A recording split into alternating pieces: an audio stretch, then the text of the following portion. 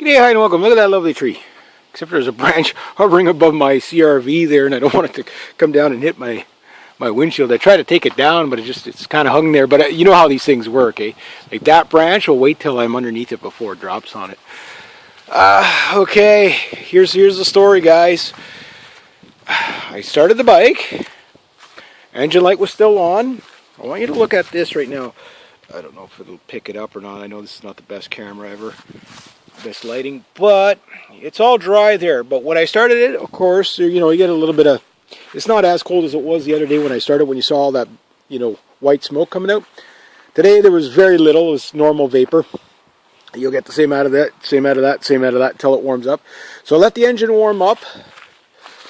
I mean, it was a little cold to start, but that's normal this time of year. My coolant level that's where it's been all season. That's normal. Oil's normal. Here's what happens. It starts off as a 4-cylinder. I was watching the exhaust to see if there's any liquids or anything coming out of that, and it's just moisture coming out until everything warms up. I haven't started this thing in, well, probably 2 weeks, 3 weeks now. So it took a little while to get up to operational temperature. Got up to about 58, 59 degrees, and then it just didn't seem to want to get any hotter than that. And then at about 55 degrees, it made that sound. It goes from a 4-cylinder to a twin cylinder. Now, if it was a blown head gasket, I would see white smoke, because what would happen, I would get a seeping of coolant into the cylinder. The cylinder would be basically then burning, coolant, which will give you white smoke. White smoke is bad. White smoke means a head gasket, right? No white smoke. Nice clear exhaust once it warmed up. Nice clear exhaust. The only thing I see coming out of this was vapor, and then all of a sudden the vapor stopped, and it's just nice clean exhaust coming out. If it was the rings, I would see blue smoke. No blue smoke at all. In fact, when it warmed up, it just ran tickety-boo like it normally does. Engine light is still on. However, when I hit 55 Celsius, it goes to a twin cylinder, which I'm letting it cool down now a bit. I'll start it up and see if it'll do it again. Maybe it'll do it right away. I'll see. Hang on. See if we can get this set. Yeah, there. See, it's a twin. See, that's a twin. See, I'm at 58. Like, it's a good running twin.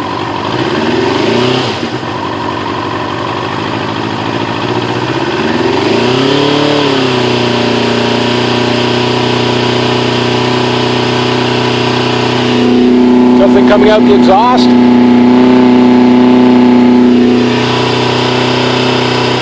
Temperature not getting any hotter. You see, that's a twin. See, look at that. When I let off, the temperature goes down. The temperature on this never goes down. Okay, there it's at 59. But when it was on the cold start, all 4 cylinders were running. Could that be a coil? Sign of a dead coil. I know my Speedo isn't working right now. Somebody said that means usually you're this should be at 100 degrees by now. I can't sit long for this bike when it's running normal. You know what I mean? So it's like, it's not, idle's going down a bit there, but it's not running normal, that's for sure. Give it a little bit of throttle.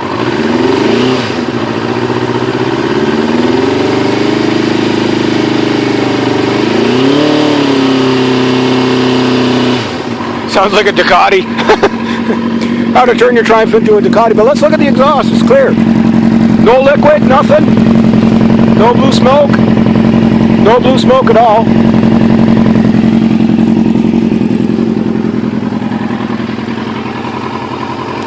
We'll kill that. Okay.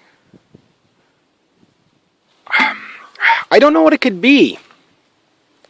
Now, what I heard with some of the other TT600 owners is that if your regulator or your, hopefully not the stator, goes, your speedometer will not work properly. Like this thing, it doesn't work properly. It doesn't read the speed anymore, and it doesn't also read the per kilometer. So maybe is that just because a relay reset, and it won't allow, like, again, my speedometer started screwing up about 3 or 4 weeks ago.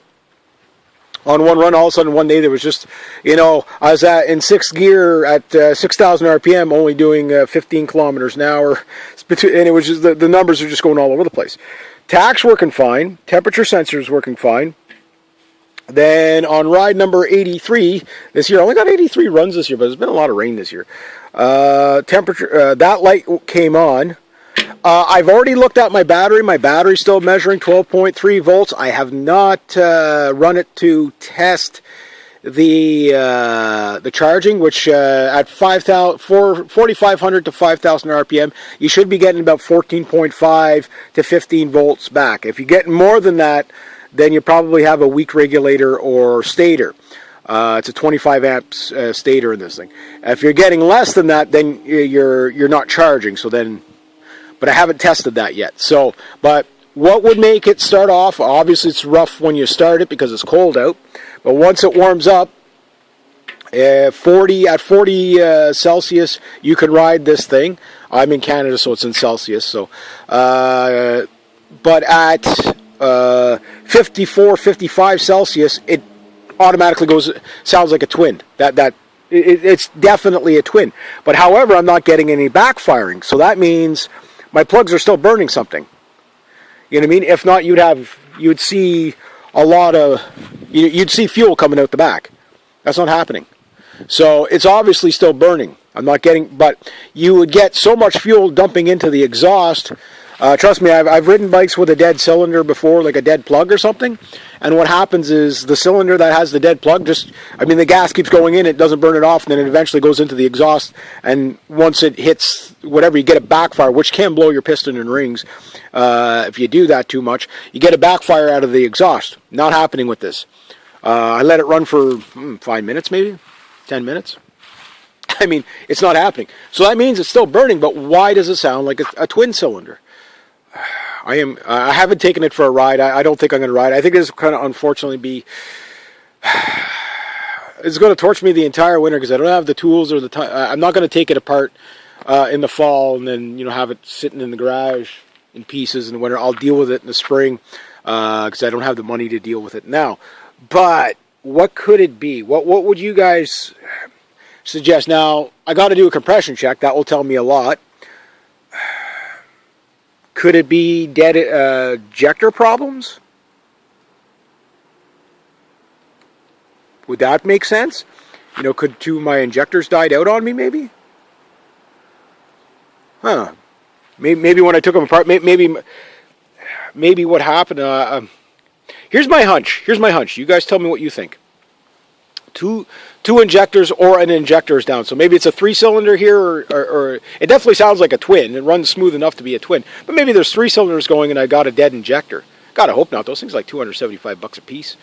But if I got a dead injector or a disconnected injector, then I wouldn't be getting the fuel, but I'd have a dead cylinder. So I'd have a cylinder just running just along for the ride. I wouldn't get any backfiring. Does that make sense? That makes sense? That makes sense to me. Because if it was if the injectors were working, I'd be getting fuel into whatever cylinder or cylinders that are not running. That would build up, and then it would backfire, and you get it'd take out the garage door, and it sound like 5 12 gauges going off at once. Literally, you'll see like a 12-foot flame coming out of it if you don't blow the baffle out of your exhaust and blow your rings. Because again, that fuel's got to go somewhere, right? It can't just sit there. I wonder if that could be an injector problem. I hope not. But does that make sense? That makes me, just thinking of it logically, that makes sense. Now, electrically, what could it be? Well, it could be the injectors electrically. That would make sense. Because it would have to backfire if it was a dead coil, or because like I say, the fuel would build up and then it would dump out into the, past the exhaust valve into the exhaust. And obviously, with everything else going out that way, it would eventually, like I say, you'd get your backfire. No backfiring. No blue smoke, so that's good. I mean, I'm not complaining that there's no blue smoke. Blue smoke means coolant into the cylinder, and you're burning coolant. You're burning coolant. You need a head gasket. Blue means you blew the rings out of it. Now, mind you, I know if you have slightly blown head gaskets or cylinders, sometimes when they heat up, they'll either kind of fix their own problem, or the opposite. They're fine when they start up, and then when they expand when they're hot, then things start acting funny. But the symptoms are still going to be the same. If you have a blown cylinder, I mean, you're going to have blue smoke no matter what. Yeah, I don't know, guys. You tell me. But that's the sound it was making when I came into the town and went to that. Sounded like a twin cylinder sound. Oh, my poor baby. My poor baby. I love this bike. I mean, I was going to do the 10,000 kilometer review, but I think I'm going to hold that off. You're telling me I only got 10,000 K out of this bike? You're kidding me, right? That's 6,000 miles. That's no. I'm going to get more than that out of this. No. I ain't giving up yet. No. Not for that price. I mean, jeez. God, what could it be? Now, mind you, I didn't hammer on it too hard this summer, but, I'll be honest with you, the bike's been opened up a few times. And the day that happened to me, I opened it up a little bit just before I got into the town on one of the straight stretches, just did a little bit of a roll on. But I didn't top it out. I mean, I just, did a happy-go-lucky kind of rocket boost, what I call a blaster. So, I don't know, you guys tell me what you think. What does that sound like to you? What should I check first? I mean, I'm going to have to do everything anyway. My goal is this, okay? Well, no matter how I look at it, I don't have the money to fix it, so this bike isn't going on the road next year. That's going to kill me. I'm looking for a small, really cheap, I don't even care if it's a 250. Just something to put me on the road next year just so I don't die of lack of motorcycle therapy or something. Yeah, and then I could take I don't care if it takes me 5 years to fix it. You know what I mean? I've got a little bit of a plan of collecting vehicles, working vehicles, but vehicles nonetheless. This is the type of vehicle, even if it never runs again, I will store it, and then in 25, 30 years when people say, hey, what was that thing? Well, it still semi-runs. Here you go. It's worth 80 grand now. You never know. I mean, when there's none left on the planet, you know what I mean? That type of thing. So I want to disassemble the entire bike, right down to every nut and bolt, and start over with it anyway. Well, with the exception, I don't want to tear down the engine if I don't have to. But the whole frame and stuff like that. And I was thinking of painting the frame and match the flames and stuff like that. That would be kind of cool. Maybe get the rims done, stuff like that. I was going to do some cosmetic junk to it. But I'm also thinking about making it a track bike too. But I mean, it has to run on all 4 cylinders. Although it does sound cool. I mean, it kind of makes me feel like I got a Ducati there, but I don't. But I can't be driving around with the engine light on now. One thing somebody else was saying about theirs is that because their regulator and stator was low, that they could still ride around on it, but it did mess up the speedo. But the Speedo stopped working about a couple of weeks ago, and I know that's a common problem with these things, but I don't know what the source of the problem is. Because I know nobody's figured out the riddle yet. And the thing about these Triumphs is that's what they are, is a bunch of riddles. They're good bikes, it's just they didn't have a long production run on the TT600s till they got to the Daytona. From the Daytona on, this is a Daytona. It's 2001 to 1998 to 2002 is kind of like this model here. Great little handling wise. I mean, there's just nothing handles like it. It just handles so sweet. That's why I'd love to see this thing on a track, get it out to Calabogie or whatever. But I gotta nip that one in the bud. So if you guys have an idea of what it could possibly be, what does that sound like to you? I know I'm going to do more details on it in the spring. And yes, guys, it'll be another, 100 million videos on me documenting what it is. Even if I can't fix the problem, maybe if I can find what the problem is, maybe if you're having that problem, it'll just kind of play process of elimination to figure out what it is. It is a high performance bike. It has been. I've taken good care of it. It is a performance machine.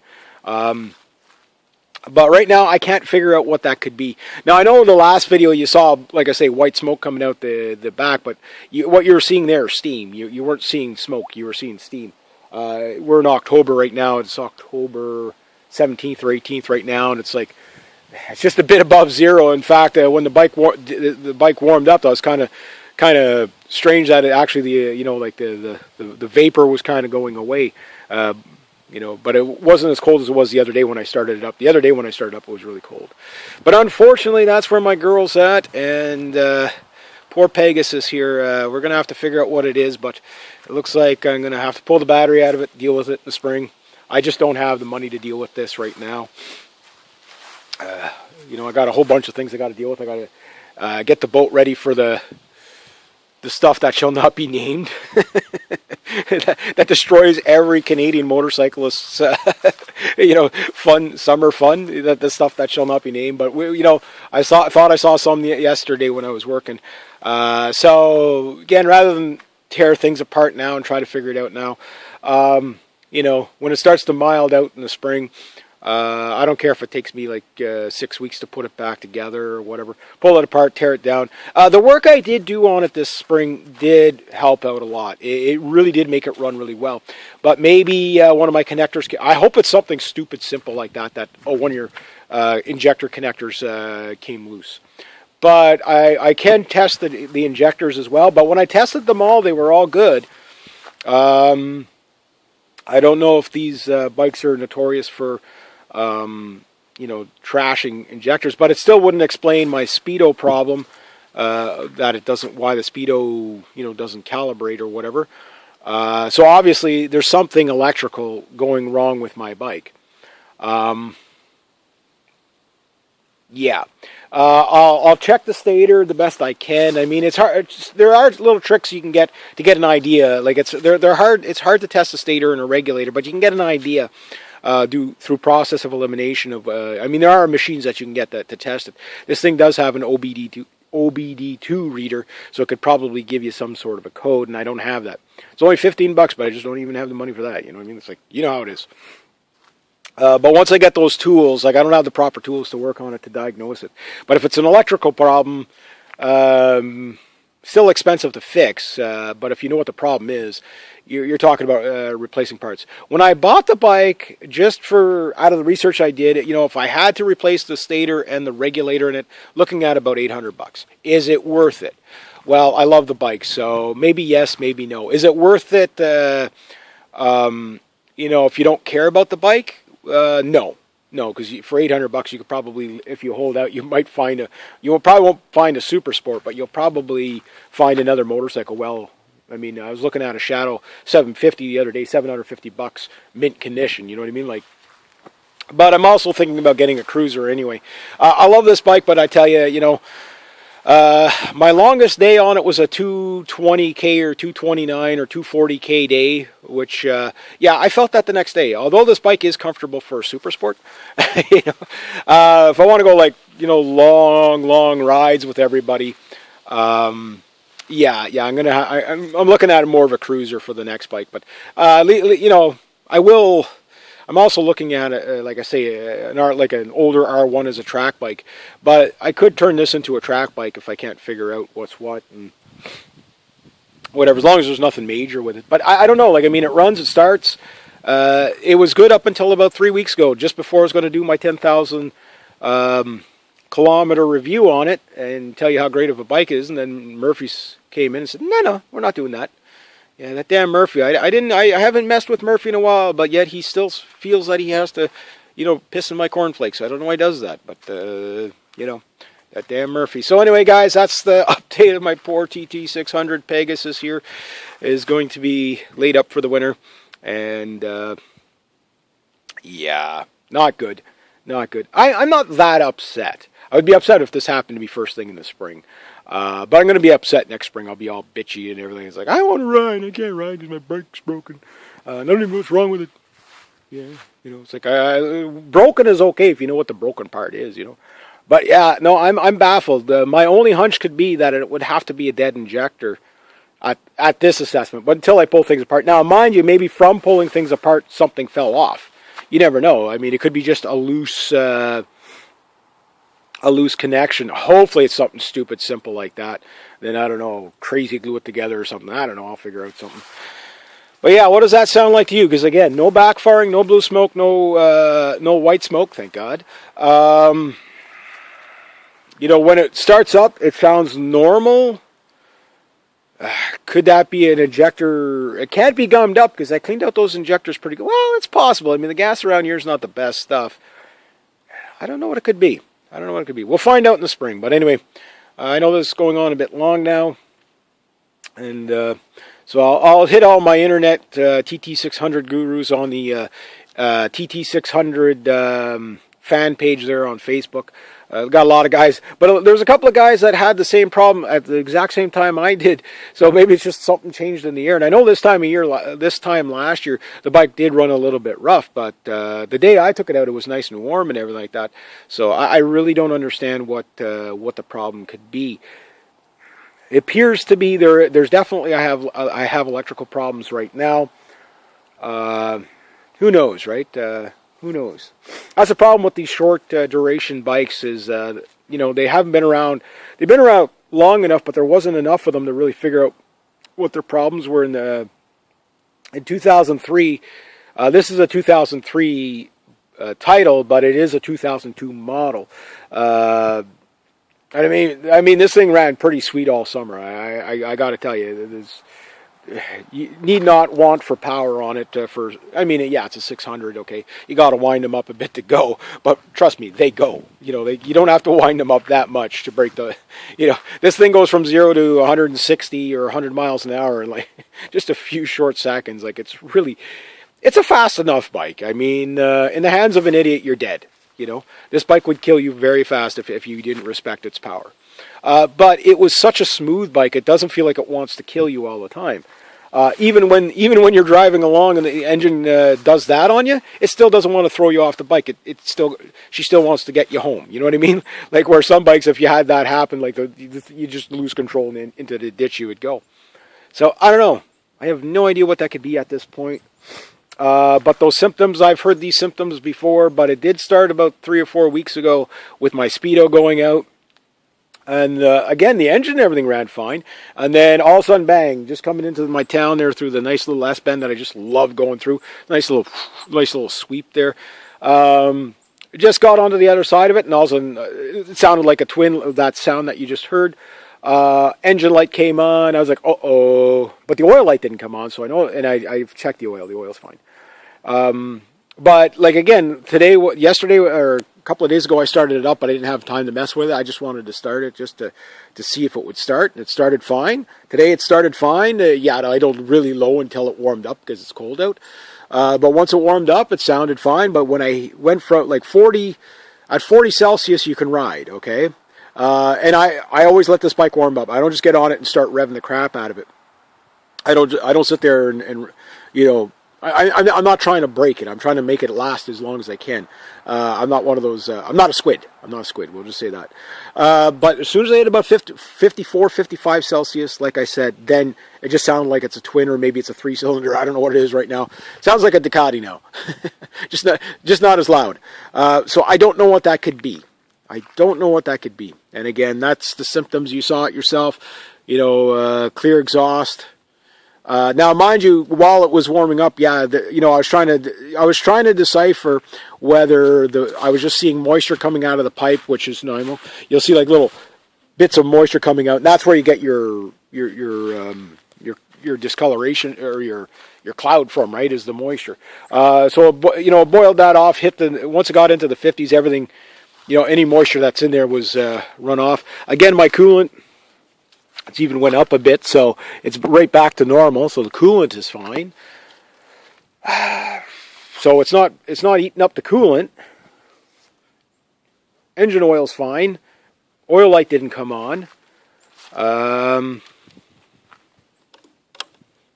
It does appear to be electrical in nature. Come to think of it, you know, like I say, like this thing sounds.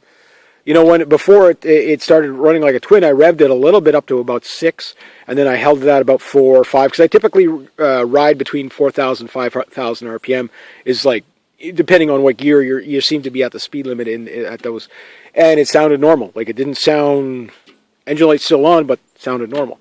So it's just, the other thing I don't know about this engine light, because I do not have a manual, is when the engine light comes on, what sensors are for the engine? Like, is it an oil sensor? Is it a injector sensor? Like, you know, how many codes do you have? That I don't know. I'm used to analog bikes, not these freaky modernized bikes. You can imagine the new stuff with all these computers and stuff. Like, this is still fairly analog and whatever. But anyway, guys, that's where I'm at. We'll get her figured out, I'm sure. But I'm going to do my winter storage on it. Probably this week coming or whatever.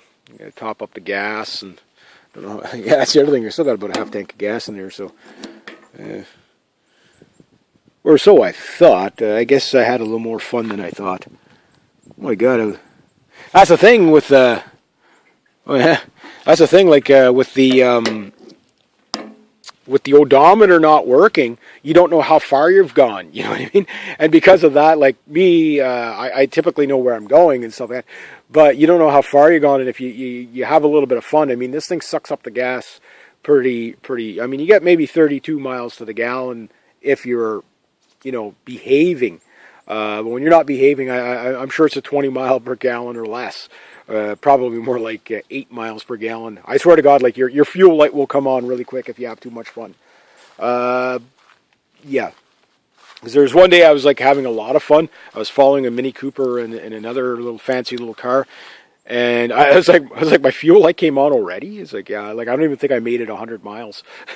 You know, all total, so about 160K. It's like it came on around 160 or 180K. I was like, are you kidding me? I thought my worst was 240K, but yeah, no, that was, now mind you, I was being bad, you know, but normally I get about 250, 260K. My best was 284K, not about 150, 160 mile range, roughly, if you're behaving, moderate riding. So anyway, that's where I'm at. I don't want to put it away, but I got to put it away. So, all right, anyway there, guys. Make sure you rate, subscribe, share, comment if you've got any ideas of what to check first. Again, it won't be till spring that I, you know, play around with this. I hate to put it away broken, but yeah. So, sorry about the 10,000 kilometer reviews kind of on hold, because number one, I don't know what the mileage is on the bike now. At last count, it was at 36,000 something. I bought it at 27,000 something kilometers. So, it gives you an idea. I was just like maybe 400 or 500 clicks under 10,000K. If you want to know about the Shenko tires on it, Shenko,